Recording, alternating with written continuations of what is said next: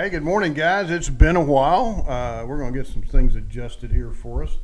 Been a while. We hope you guys are having a great one. We want to say some absolute prayers out there for Heidi Hitt and her husband Jimmy.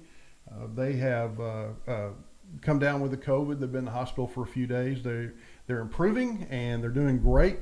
Recovery's taking a little while longer than we had anticipated, but boy, they're tough as nails and they're getting it done. Special thanks to Mackenzie and Jimmy's son, Dalton. They're killing it. They're killing it. These kids they're showing up, working with their parents every day, doing what they can, making sure everybody's healthy in the family. Bailey in Dallas is standing on go in case either of them go down. Hi, Kyle. How are you this morning? Been on the phone with Kyle this morning. We're going to talk about a few things that are going on in our marketplace. Want to cover a few things with you that have been coming up. And at this point, the count is 10 or 11 of people that are coming in from out of state, mostly West Coast, make of that what you want, and they're writing contingency contracts, and we got 10 or 11 that we've had the listing on, and of course Kyle and them are dealing with a buyer, but they come in from the West Coast, and of course they kind of know everything, we'll just leave it at that, and they write contingency contracts because their house sells. Well, let me tell you what happens with contingency contracts. As the market, we're in a hyperinflation right now. So you're having segments of the market begin to slow down. And for instance, the California market on housing is not as hot as it was. As a matter of fact, it's heading for a crash. You can look for that. By the end of next year, you'll be in full-blown depression in the housing market out there. Well, they think they can sell their house and make all kinds of money and come to Texas and buy a house and move out. Well, their houses are not selling. And so we have sellers over here that have taken contingency contracts. You're going right up to the contract date, then they're wanting an extension, then they're wanting this, then they're wanting that, and then the thing ends up falling out. It's been off the market for 60 days. You cannot tell your seller what to do, but here's my advice. When I was selling, and it wasn't in this market, but when I was selling, I only ever took 2 contingency contracts, and one of them fell out. I learned real quick that contingency contracts and backup offers are, let's just say you're gambling, and you've got a contingency contract. If you've got the seller believes the house is sold. Well, then they don't really know on the other end. For instance, we had one where a lady, they appraised her house that she was selling to buy the house here, and the appraisal came in 75 grand low. So instead of saying, well, I took a shot and tried to get all the money I could, we didn't get there, but I'm making a nice profit. She felt like the appraiser had robbed her of 75 grand, and there were 4 people attached to this contingency, and she just ghosted everybody. Just wouldn't talk to anybody, she's done all that. Everybody, the seller had already moved out of the house, everybody. So what I'm saying can happen here, guys, you have to verify. When somebody offers a contingency, where's your house for sale? You need to evaluate that market, see if that market's still hot, see if their house is priced right, see what you can do to make sure things are going on. We have a sense of entitlement out there that they don't care if they tie up, some customers, buyers don't care if they tie the house up for several weeks, several months, and then just walk away, and the sellers thought their house was sold. Let's do a good job for our sellers, and let's do a good job for our buyers. This is a buyer issue as well. If you've got a buyer, you need to tell your buyer, look, let's be honest with these folks. Is your house really going to sell? All right, for what you're asking, are you prepared to take an appraisal hit and not throw a fit and ghost everybody? You can't say it that way, but okay. So guys, what we've got is we have people wanting to come to Texas and, for lack of a better word, escape other areas. And we want them here. I got to tell you, Texas has grown. Texas has grown, my whole life we've had people move here. They love our way of life. It takes a while to adapt, okay, but they love our way of life.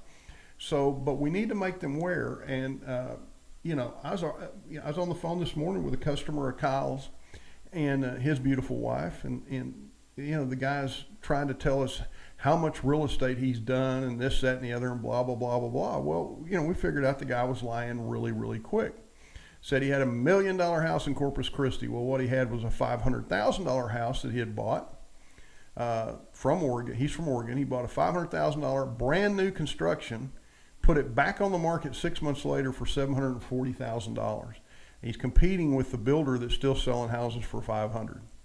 So do you have a good deal here? No, you don't. This house is not going to sell for that.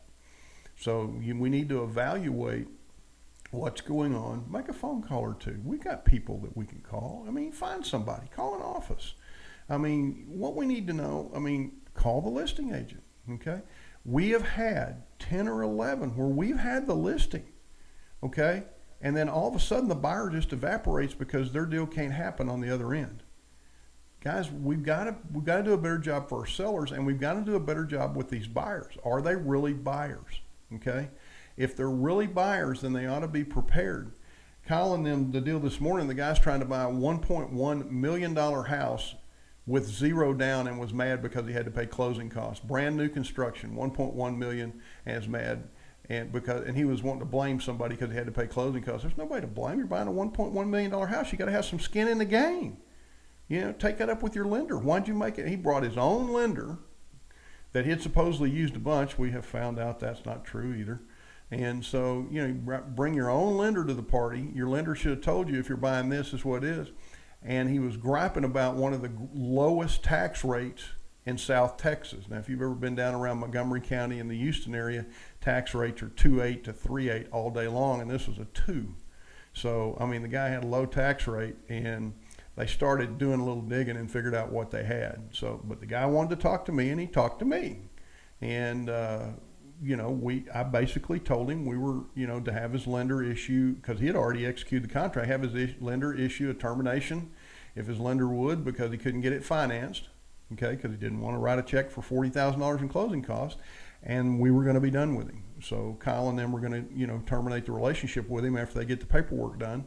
And that's going to be it. It's pretty obvious what kind of guy this is. Once they start doing a little digging and talking, they figured out what we got here. So you can't buy houses for retail and then mark them up 50% and expect to make it in this market. This market's not that hot. Houses are not rising 50% in 7 months, or February to September. Yeah, 7 months. So want to make sure that we're on top of that. There are a lot of great things going on with people moving in, but make sure the buyer is well qualified. You got to remember, we are still in somewhat of a hot market. So if you got multiple and best offers, why would your seller consider a contingency offer when it's not in a market that we're familiar with? It might be in a state that is now slowing down. California, Oregon, Washington, those markets are beginning to slow. It's now, so property values are dropping.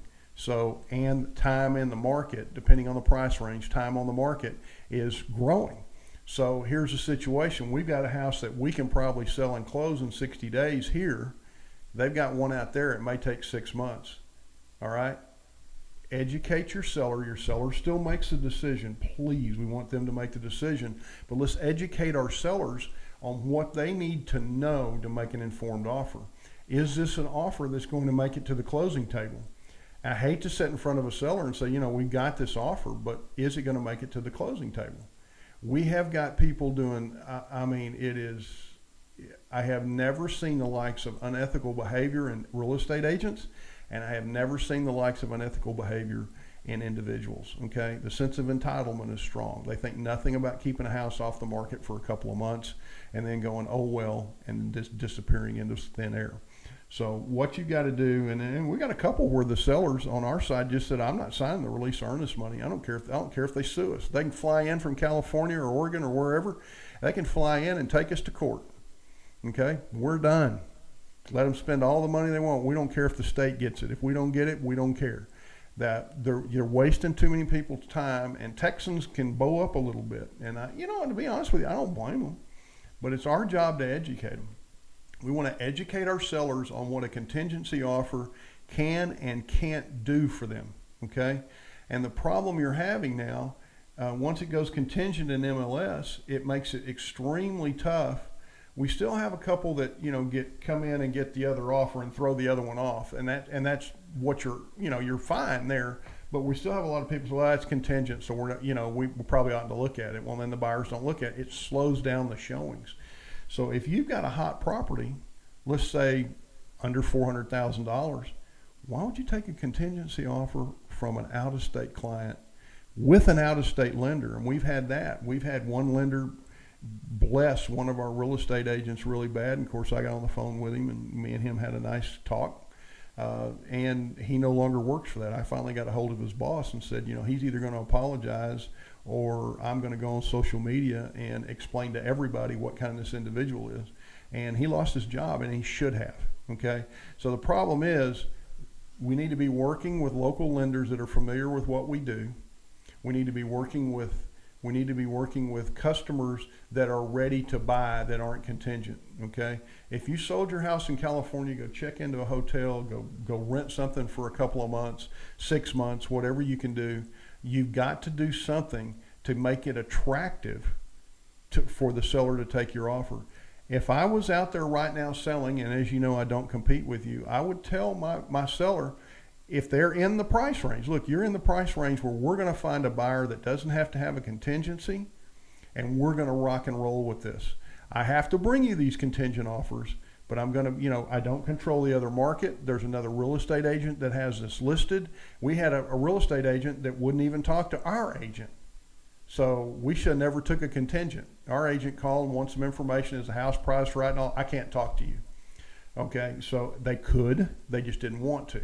Okay, because they didn't get to refer them to a client in Texas. So the situation we have out there right now with contingencies with our inventory situation is absolutely needless. We need to explain things properly to our clients. And, if they're in a price range where a contingency might be needed, that's fine. Okay. But why would a contingency be needed in East Texas, Dallas, West Texas on a house under $400,000? It's not necessary. As a matter of fact, it's uncalled for completely. There's no need for that. Okay. You got, and guys, it goes two ways. You don't have to work with somebody that's not reasonable. In today's market, inventory's scarce. And when you have somebody start playing games, get rid of them. All right. This is a win-win market. All right. If the buyer can find the house they want and the seller can do what they want, then we've got something going on. And so everybody's happy. I've never seen a market like this. Nobody has in our life. But we're literally a third of our contracts are contingency contracts. And I can look at the contract, where the buyer's from, and I can tell you if it's going to make it to the table or not. And guess what? I'm right 100% of the time. So if you have a question, call. But you need to be asking questions. Where's your house listed? How long has it been on the market? All right. What's it priced at compared to the market? I don't care. Go to realtor.com and pull up the neighborhood. And if theirs is higher than everybody else's in the neighborhood, okay, you got a problem. You can even pull up Souls. There's ways to look it up. All right. So you've got a situation where appraisals are dropping out west now. And so you got these people that they're just disappearing. We've had one do that. So I want you to be mindful of what you're doing for your seller. I want you to advise the buyers that we want you here, but are you really prepared to buy? Because we're not interested in tying up a piece of hot property for our seller and then you ghost us at the end. This is very, very important. Okay. It's a serious talk that we need to have with everybody. We want everybody to have a home. It's important at Miller Homes Group that everybody have a home and have the home they want. But it's also important that we do what's right for our sellers and our buyers. So if we've got the listing, you need to pay attention to the offer. You need to ask more and more and more questions. Okay. If you've got a listing agent on the other end that won't talk to you, okay, then that's a red flag. Okay. If you pull it up and you start looking at comps in the neighborhood, what they're listed for, and they're too high, that's a red flag. Okay. Here's what I like to see. If I'm dealing with somebody who's got their house up for a contingency, I like to see them about 0.5 to 1% under everything else in the neighborhood. That indicates to me that they're serious about getting rid of that house and buying this house. When I see them 5 to 10% over everything in the neighborhood, that indicates to me what kind of customer I'm working with and that we're probably not going to get this deal to the finish line. because if there's 10 houses in the neighborhood, theirs is going to be the last one to sell. All right, it isn't going to happen. The market is beginning to show downward signs, and we are heading for a collapse in certain segments. Texas never collapses; it does adjust. But you got houses in western states that in Texas would sell for 250 that are 800,000 out there. Okay, so we have to be mindful of what we're dealing with. Is their house sellable in the market they're in? Are we wasting our time putting this house in a contingency status, which effectively takes it off the market, okay, during a time when we need to be selling this house? So let's talk to your sellers, let's educate them, let's talk to our buyers and say, look, if we're going to make an offer, we need to make it seriously. And let's do some of these things.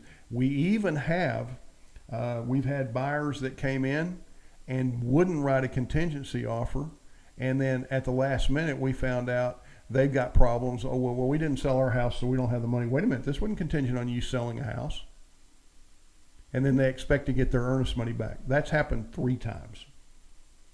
And each time I got to talk to the other agent here that didn't understand what was going on. I said, you've got a situation here. You've got a situation here where you've committed fraud. You're trying to back out of a loan, okay? You're trying to make it contingent. Your customer, were you aware? And each time you could tell when the agent started waffling, the agent had encouraged them not to write a contingent offer. So yeah, it was one of those deals. Well, guys, that's going to sum it up this morning. I'm going to chime out. We'll try to do another video later this week, starting my appearance. We're remodeling the house. Things are a bit crazy around there, but we're going to get active and stay moving on you. Talk to you later.